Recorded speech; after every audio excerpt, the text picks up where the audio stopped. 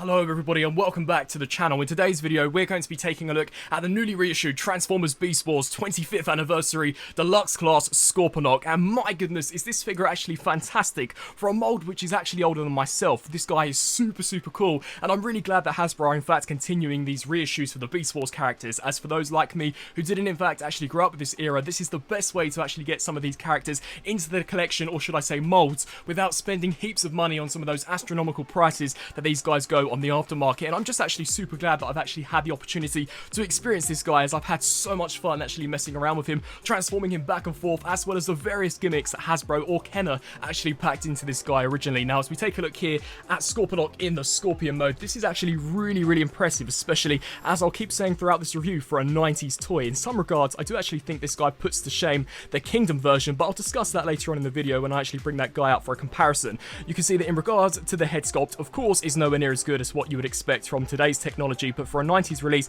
I actually don't think it looks too bad. You can see that instead of the original version, which I believe was cast out of black, Hasbro have decided to go for a metallic grey as well as metallic blue look for this guy. I don't think it looks terrible, but why they didn't decide to go with purple honestly completely baffles me, but to be fair, it actually looks really awesome. You can see in regards to the claws, fantastic texture detail, really impressive, incredibly thick and bulky. You can see the metallic blue shine to these, really does look impressive, as well as does the grey for the actual cast plastic. We've got some super awesome piercing red beady eyes. You can see the mandibles, which are indeed actually formed out of the toes of Scorponok's robot mode, and as we turn our attention here to the side, you can also see the red scorpion legs, all of which have been sculpted. Whilst not individually articulated like the Deluxe Kingdom figure, I still think they look really cool. And then as we just work our way up here to the huge stinger, honestly this is so impressive. You can see the sculpt work looks really well done. As we actually turn it to the side, which doesn't have the screws facing, you can see really nice texture detail. The actual stinger itself has been painted in a very nice looking red, as well as the similar metallic blue that we got for the front claws. And from an actual bird's eye perspective, you can see that this guy looks pretty awesome. Not to mention, it's a very big figure. This is in fact what I personally would class as a large Voyager,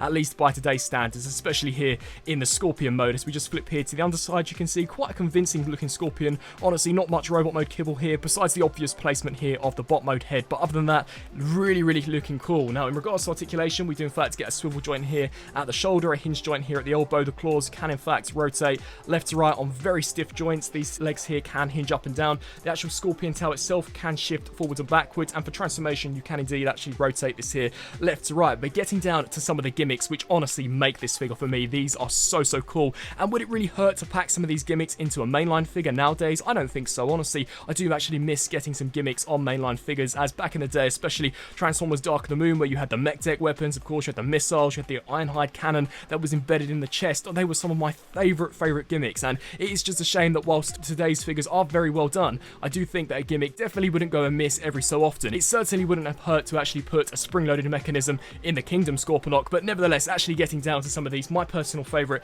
is this claw. Now if you do in fact actually push this trigger, it will cause Scorponok to eject his Cyber Beast. Just to demonstrate that, you just want to push this switch here, and you can see here that half of the claw will essentially completely explode in order to reveal the Cyber Beast. Such a fantastic looking gimmick, and a gimmick which actually works really nicely. The Cyber Bee has actually turned out very faithful once again for a mold of which was originally created back in the 90s. You can see here for the actual bee head sculpt, whilst very generic by today's standards, I actually think looks pretty decent. You can certainly tell as to what this is supposed to be. We've got a nice glossy black used here for the eyes, as well as some silver there for the mandibles, and you can see the actual claw itself does form the wings here of the actual Cyber Bee, and it's rather convincing to me. You can see here for the actual abdominal section, we've got some nice metallic blue as well as yellow highlights, and overall definitely not a bad looking figure by any stretch of the imagination. In order to prepare it here for launch once more, you just want to fold that back, collapse this in, and it does in fact actually insert back into this section. Although something worth mentioning is that it can actually take quite a considerable amount of force to actually lock this in here without it wanting to continuously eject. I'm not entirely sure whether or not that's an issue on my copy, but with a bit of persistence it does in fact actually stay pretty securely in there. Now if we turn here to this claw, if you do in fact actually open it slightly, it will cause one of two missiles to actually fire, and then if you extend it all the way, it will indeed cause the second missile to fire, which is just so awesome. As we actually open this up, you can see some really nice looking sculpt work going on here for the actual blaster itself, and the missiles have been merely cast out of a red plastic. And then in order to reinsert them, very simple, you simply just push them in, And here they are, ready, locked and loaded to go. But one thing worth mentioning is that the spring is incredibly powerful, and surprisingly the plastic they've actually used for these here is very, very durable. So I definitely would recommend shooting this in the eyes of anyone around you, as you may in fact actually poke one of them out. But the gimmicks don't in fact actually end there. As we turn here to the Scorpion tail, you can see we've got this trigger here, which when in fact actually pushed will cause the stinger to actually flip forwards. So the best way to probably show this here is from this angle. You just want to take this here and you can see how it would in fact continuously extend, so you can have Scorponok piercing some of these maximal opponents, or in fact actually facing off against some of the Predacons if he was brave enough to actually do so, which of course is something that we never see in the show, but considering this is a toy, you guys can really do whatever you want with it. So overall, in regards to gimmicks, honestly, I'm just so happy with this. I think it's really, really fun, super cool looking Scorpion mode, very large, really substantial figure. The plastic feels great. Once again, for a reissue, they haven't skimmed out at all, and the gimmicks really, for me, just absolutely make this. Now, of course, to actually bring in the now modern 2021 version of Kingdom Scorponok, you guys can see the stark difference not only in terms of design, but also color as well as scale. This figure is drastically smaller when in comparison to the 90s toy, but of course it's going to be due to the economy and just due to general costs of plastic nowadays. It's a lot more expensive to actually produce a larger figure than it was back in the 90s, but of course you can't really complain all that much about design, as the Kingdom version of Scorponok is based on something basically entirely different when in comparison to what this guy originally was, as he did have a slightly different look in the Netflix series. But you can see here, very, very nice looking Scorpions for both of them. Of course, this one goes for a little bit more of a realistic aesthetic when in comparison to this guy, but once again, for a 90s figure, I actually think they came pretty close in nailing the look of this guy here in Scorpion mode. I actually don't think this looks too bad at all, and once again, very substantial, really heavy duty plastic, a massive figure to actually mess around with, and is one that I don't actually find to be too flimsy. And if I were to be 100% honest, I've had more fun in the shorter amount of time that I've actually had this reissue than the entire time that I've actually owned this Kingdom version. And once again, it's all simply down to the fact that we've actually got gimmicks in this guy. It would have cost Hasbro nothing to have put in a spring-loaded mechanism here in either of these claws in order to have these fire out, but as it stands, as per tradition with these mainline figures, they have in fact decided to go with no gimmicks at all, which definitely isn't a bad thing, but personally I do think that a gimmick every so often certainly wouldn't hurt anyone. So turning to transformation here for Scorponok, surprisingly this guy is actually fairly simplistic, despite him having a very decent looking Scorpion mode and a really, really cool looking robot mode. So without further ado, Scorponok terrorize. Let's get this guy transformed up. So to begin with, you're going to want to take the actual stinger here, rotate this so that the front is now of course facing the back. We can then turn our attention to the head,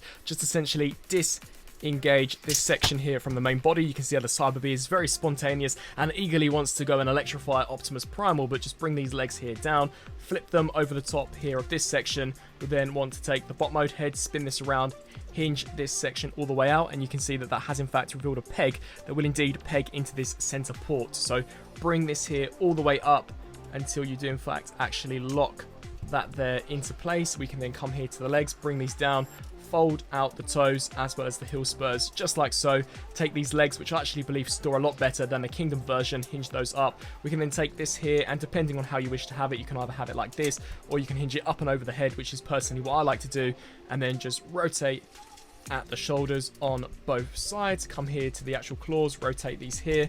And with all that being said, here we've got the Transformers Beast Wars reissue version of Scorponok, fully transformed up into robot mode, and once again a very, very simplistic conversion for what is a very, very awesome looking bot mode. Now, one thing that's going to be rather difficult to actually convey is how large this guy truly is in bot mode. If you count from the tip of the toes all the way up to the stinger, he is massive. He doesn't even fit in the full frame of my actual camera, and pretty much all of the mainline releases that I've taken a look at have been able to do so, besides some of the Commander class figures such as Jetfire. So this guy truly is quite a big guy, and definitely not as big as a Commander class, but I would definitely say from the tip of the toes to the top of the stinger, definitely the size of an older leader. But bringing this guy in here for a closer look, as per tradition with some of these older figures, we do in fact actually get the Mutant Mask sculpt, which I think looks really interesting. This is in fact the first time that I'm ever seeing this type of design for Scorponok, and whilst it does look rather robotic and completely different when in comparison to the Mutant Mask that I've seen with Black Arachnia and Cheetor, it actually doesn't look too bad at all. You can see some nice metallic green highlights. We've got some really nice red detailing here for the sides, as well as these very creepy mandibles. And if you do in fact actually split this here,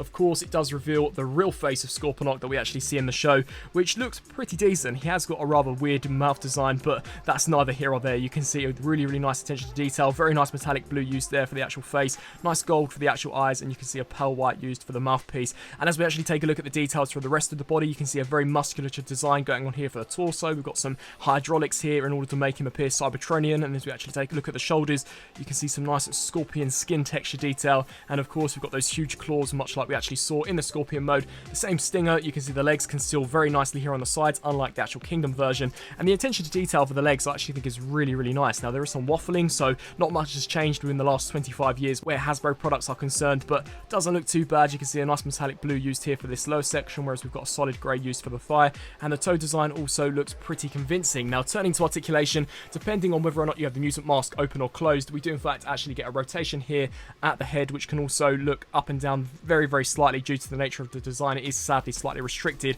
Full rotation here at the shoulder, hinge joint out to the sides. We do in fact actually get a 90-degree bend there at the elbow. Full rotation here at the claw. No form of waist rotation, but the legs can kick forwards that far, back to that far, out to the sides. Rotation at the actual thigh. 90-degree bend here at the knee, and due to transformation, you can indeed actually pivot the toes forwards and backwards. So overall, for articulation, for a 90s figure, I actually think this guy is pretty decent. And of course, he possesses all of the same gimmicks that we actually saw within the actual Scorpion mode. So I won't touch base with that here. So without further ado, let's bring out the Kingdom Scorponok for a comparison, and then of course we shall wrap this review up. So here we've got Kingdom Deluxe Scorponok compared next to our Beast Wars reissue of Scorponok, and you can see I've tried my absolute best to truly convey the size of actually getting this guy in the full frame, and you can see that he towers over the very tiny Kingdom Deluxe Scorponok. Honestly, the size of these figures has shrunken drastically over time, but as mentioned at the beginning of this review, that's just to be expected due to fluctuations in pricing and all of that stuff, which I shan't go into any detail in this review. But you can see, in regards to the comparison, this guy actually comes pretty close to what they've managed to achieve with the Kingdom version,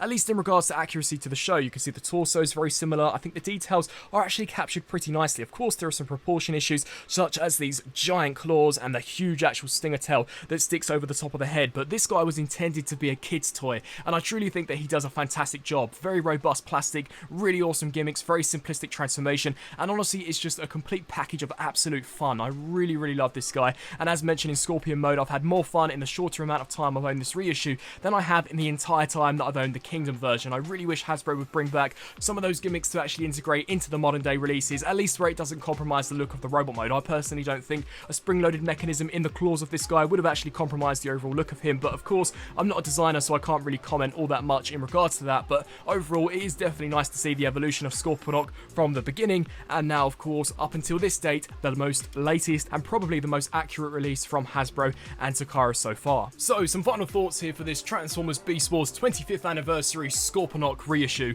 Overall, for those of you who haven't guessed already, I think this is an absolute fantastic figure. Of course, in the day where this guy was originally designed, he was specifically designed for kids and not collectors, like we're seeing with some of the most recent mainline figures. So, there are some gimmicks, there are some unusual design elements, such as that mutant mask head sculpt, and there are some proportion issues, mainly down to the claws, but something that I just really want to get across in this review is how fun this actual guy is. The plastic quality is so awesome, and the gimmicks truly are just the icing on the cake for me. I love the Cyber Bee. It's a great touch that it does in fact actually transform into a pretty convincing Cyber Bee. It shoots out much like we saw in the show. I love the double missiles that we've got going on for the other claw, and the fact that we've actually got a spring-loaded mechanism in the stinger tail also is very nicely done. I do like the mutant mask. It is a cool gimmick. You can have it as an almost battle mask for Scorponok, and then of course you can in fact reveal a slightly more toon accurate looking head sculpt. So overall, I just think this guy, for those of you who are a fan of Beast Wars, you're a fan of the actual vintage reissue line, then you have to add this guy to the collection. Honestly, I think that he's by far one of the best we've gotten so far. Him, Megatron, as well as Optimus Prime have been some of the funnest figures to be able to actually have the opportunity to pick up. So with all that being said, I would love to know down in the comment section below on what you guys think of this particular reissue. Do you guys rate it as highly as I do?